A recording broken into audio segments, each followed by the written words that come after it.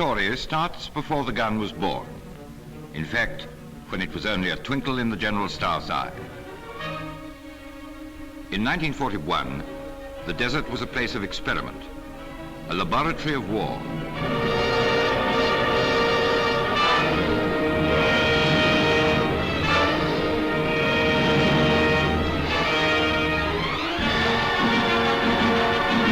The battle of the weapons was reaching a climax.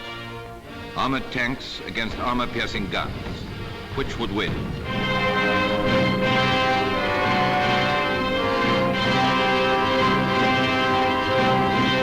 To sum up then, it seems that the battle of armor versus armor-piercing shot has come to a stalemate. Stalemate.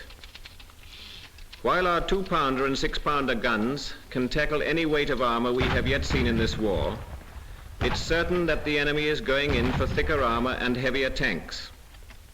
We want a new gun, something that can pierce maybe 5 inches of armor and still have the essential lightness and mobility needed by an anti-tank gun. The General Staff called its experts and they conferred.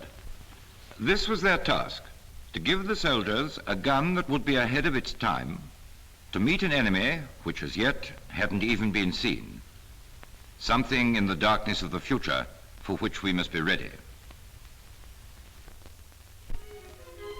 We designed the gun. They asked us for a piece weighing not more than 1,600 weight, with a caliber of 3 inches, firing a 17-pound shot at a high muzzle velocity. That meant a long, slender barrel and a muzzle brake for steadiness. It had to have semi-automatic action for quick rate of fire. We did the shot, solid for high penetrating power, with an enormous wad of explosive behind it. A shot like that has a hell of a kick.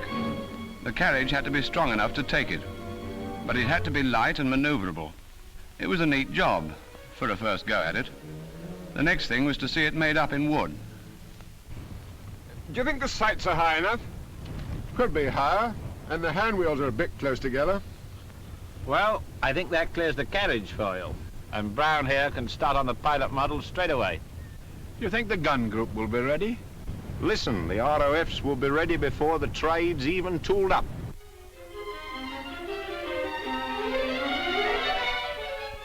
Finished breech block drawings dispatched CIA next week. Material specification is fixed. ROFs are proceeding on... I would like to see the gun drawing by Thursday week. Jig and Tool Committee must have all modifications of the... DG is pressing for the blueprints of the gun. Browns are asking for detailed models of the training base. If the gun drawing is dispatched tomorrow, the gun drawing... The gun drawing. The gun.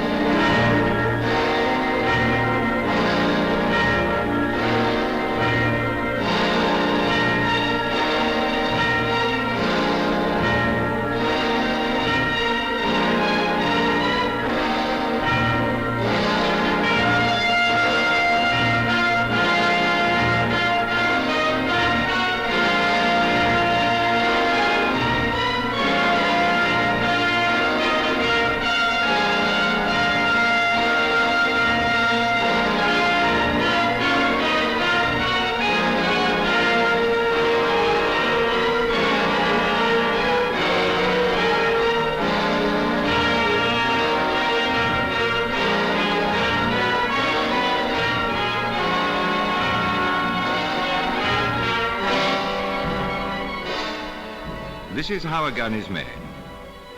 First the brain, then the hand, and behind the hand, the accumulated skill of 5 centuries of craftsmen. The forging takes shape from the rough mass. The barrel begins to taper. The first 17-pounder gun. Ball clear, ready to load, sir. Buffer, okay, sir. Load.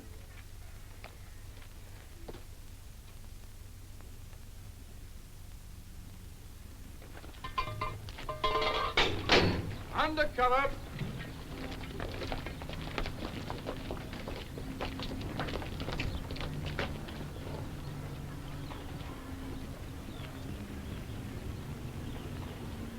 The guns up. Ready? Right up. Hot.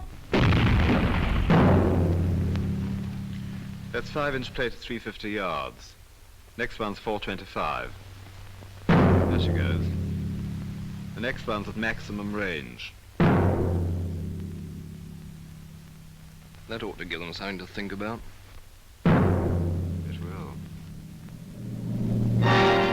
In August 1942, the first mass-produced 17-pounder gun came off the assembly lines. In September, a trickle of guns began to fill the ordnance depots.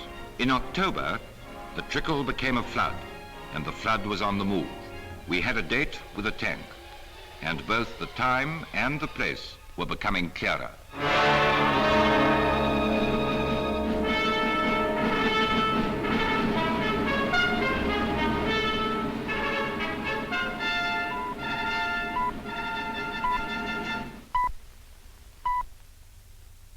It has just been announced from General Eisenhower's headquarters that in the Medellin area, the enemy is using all his armor, including masses of the new Tiger tanks, in an all-out effort to drive the 8th Army out of its positions in the Mareth line.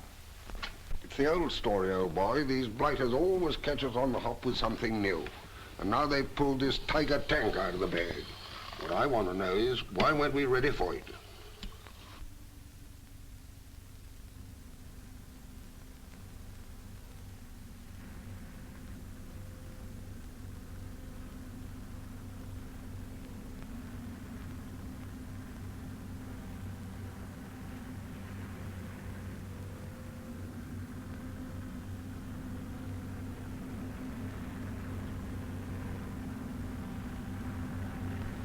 Target! Mark 6 tank. 12 o'clock. 12 o'clock. On. 700. 700. Set.